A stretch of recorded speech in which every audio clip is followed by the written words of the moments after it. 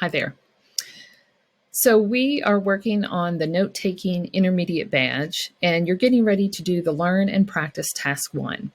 What I'm going to do is I am going to show you a double entry organizer and model how to use it for you.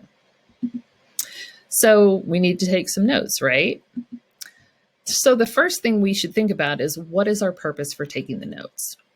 You should always think about what your purpose is, or hopefully your teacher has explained to you what the purpose is for taking the notes. Knowing what your purpose is can affect how you take notes. So in this example, I'm taking notes with the purpose of creating an infographic on the topic, and my topic is kiwi birds. So this little chart just kind of goes through, what are we reading? And I've got the title of the article there. Why am I reading it? Well, hopefully I'm going to learn about kiwi birds. I'm going to create a DEO. And then from that DEO, I'm going to create an infographic from those notes in my DEO. And I'm probably going to include pictures because it is an infographic. And so because of what I'm going to do with the notes, it's probably going to make me look at things a little bit differently and impact the information that I think is important to include in my DEO. I've mentioned it already. I'm going to use a DEO. And who's the audience? Well, anybody. I'm going to use my notes in my DEO, but then for the infographic, anybody who's interested in unusual birds. All right, so I have created a double entry organizer. It's here on my screen.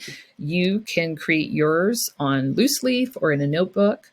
On the left side, I've got from the text. So this is going to be information from the article, vocabulary, things that I think are interesting, or because, again, I'm going to make an infographic from this information, things that I might want to include on that infographic. On the right side of the DEO are questions that I have or connections that I make. Maybe something that I read reminds me of something else. So I might want to write that down. Maybe I just have an opinion about kiwi birds as I'm reading, and I jot that down on the right side of my DEO. The first thing I did was I chunked the text. Now, there's lots of different ways to do this. What I did was I put it in different slides here, and I also numbered the paragraphs. So that way I can read a couple at a time and then put some notes on my DEO. I'm not having to read the entire article and then do all my notes at the end. I'm going to do them small chunks at a time. So what I'd like for you to do, you can, I'm going to pause the video and you can read these 2 paragraphs about kiwi birds, and then we'll look at my DEO and we'll look at the information that I thought was important. We are back, and I've got the left side, the from the text side of the DEO already filled out. So again, I'm thinking about what my purpose is. I'm thinking about that infographic that I said I was going to make. So I've written down some of the facts that I got from those first 2 paragraphs. On the right side, I wrote down, I'm curious about the behavior of kiwis. So reading this about kiwis makes me curious about their behavior in general and whether they're like emus. We have emus at my local zoo that I've seen before. So I'm wondering, well, since these birds are from New Zealand, and I know that emus aren't from the United States, I'm wondering if they're similar in any way.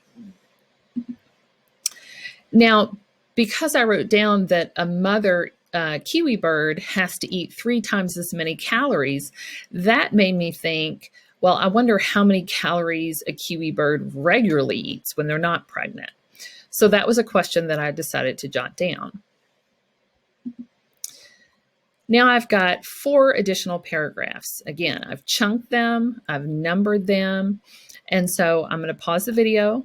If you would read those, I've read those, and then we'll look at the information from these that I think is important for including on my DEO.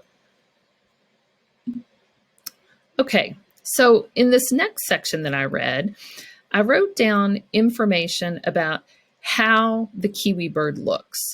And part of that was thinking about I'm making an infographic, and so I'm going to have a picture of the kiwi birds. And so maybe I can find some pictures that show these characteristics of the kiwi bird.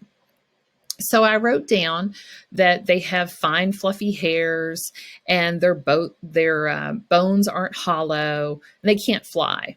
They have bad eyesight, and so this this I wanted to make sure I remembered with these three characteristics. Okay, these are three ways that kiwi birds are different from other birds.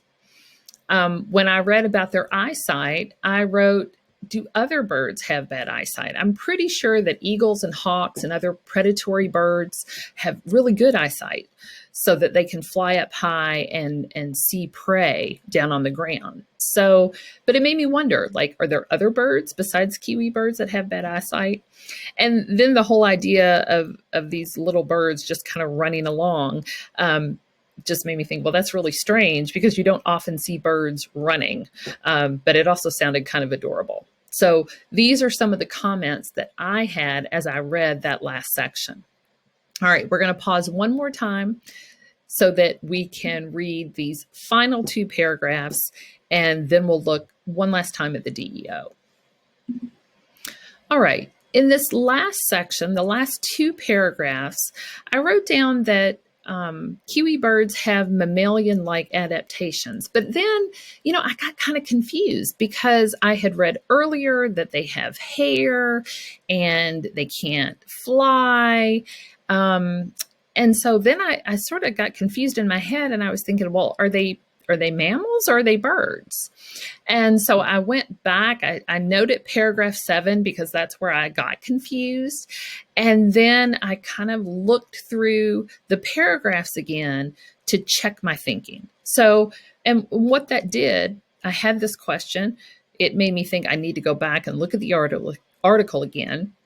And they are birds, but they have characteristics that are more like mammals. All right. So one positive thing about me using the DEO is that I can make notes of when I get confused, or if there's something I'm not sure I understand, I can mark where that is and then go back and make sure that I fully understand what I've read. The last thing I wrote in the left side of my DEO from this last section of reading is that they're threatened. The kiwi birds are threatened in New Zealand. And so then I just had some additional questions. What steps is the New Zealand government taking to keep kiwi birds safe? How many kiwis are in the wild and how many kiwis are in zoos? All right, so I've completed my double entry organizer. I have read the article, and I think I've got some interesting information in my notes that I will be able to use as I do the next step, which is create an infographic.